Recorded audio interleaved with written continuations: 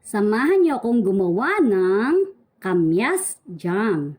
Let's go! Hahatiin po natin sa dalawa itong kamyas. Malaki at dito po ang maliliit.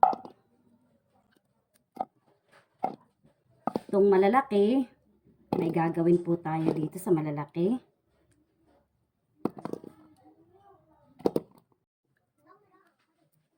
Ayan, linisan lang po natin ito.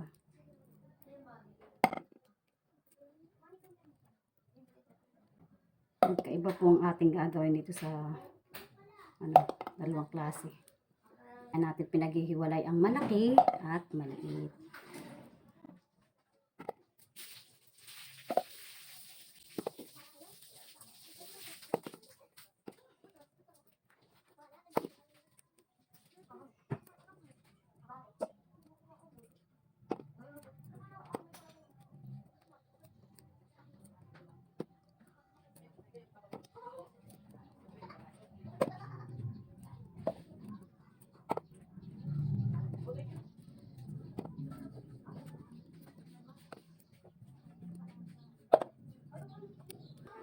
At ayan, napaghiwalay na natin ng malaki at maliit. Ngayon, sa video ito, ang gagamitin ko muna itong mas maliliit. Atin siyang dudurugin. Pwede naman natin siyang hiwain. At pwede naman natin yadyarin.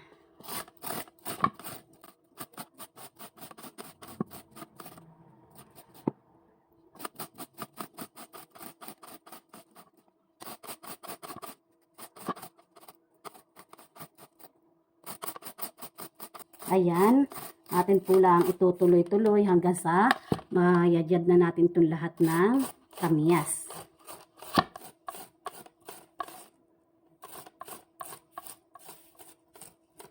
At ayan, heto na yung ating nayadyad. Ang gagawin po natin ay susukatin.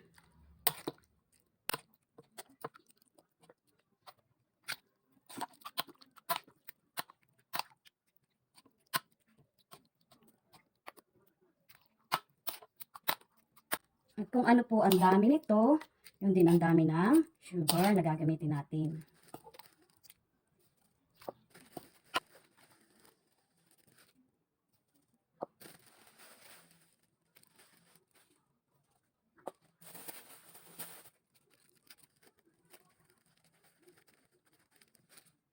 Ayan, 4 pong sugar ang ating gagamitin.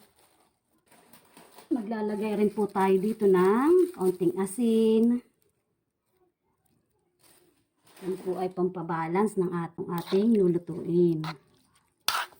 At maglalagay rin po tayo dito ng vanilla. Ayan. At atin na pong isasalang sa apoy. Ayan. Atin pong haluin. Hanggang sa siya ay naiga. Pag naiga na po ito, ibig sabihin, okay na itong ating niluluto.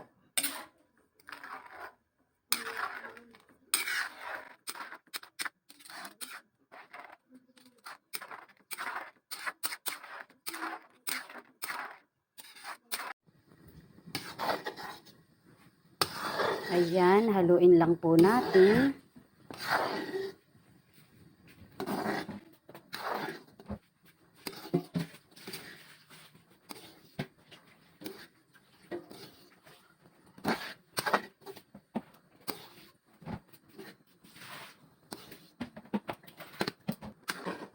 Ayan, tuloy-tuloy din po natin ang paghalo para huwag masunog ang ilalim.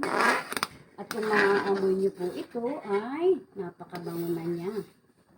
Nakakahawig na siya ng marmalade. Yung pinya po na ginanito rin ang pagkakaluto. Bango po. Ayan, atin lang pong papaigahin at ito ay okay na. Ayan, tayo ng maiiga.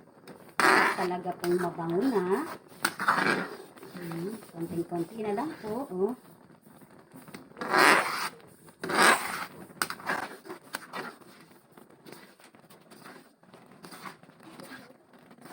Continue lang po natin sa paghalo para maiwasan natin na masunog ang ilalim.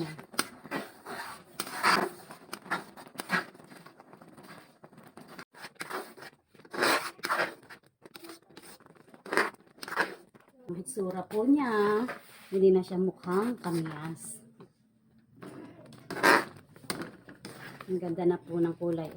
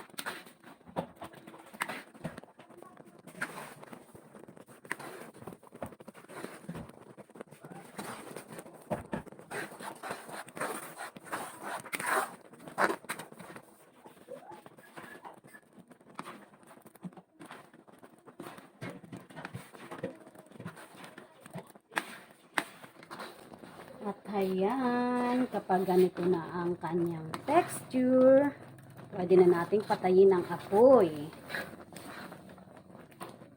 At okay na po ito. Patayin na natin ang apoy. At kapag hinayaan pa natin tumagal siya, ito ay maiighan pa at magiging matigas na. Ang pagkaka-texture po nito ito ay sapat na. At ayan, isasalin na natin.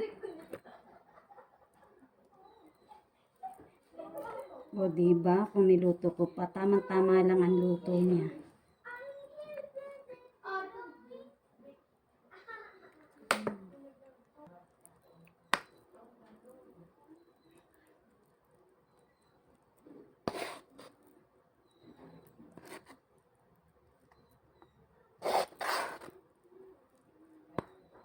At hayan, naluto na ang ating kamyas jam.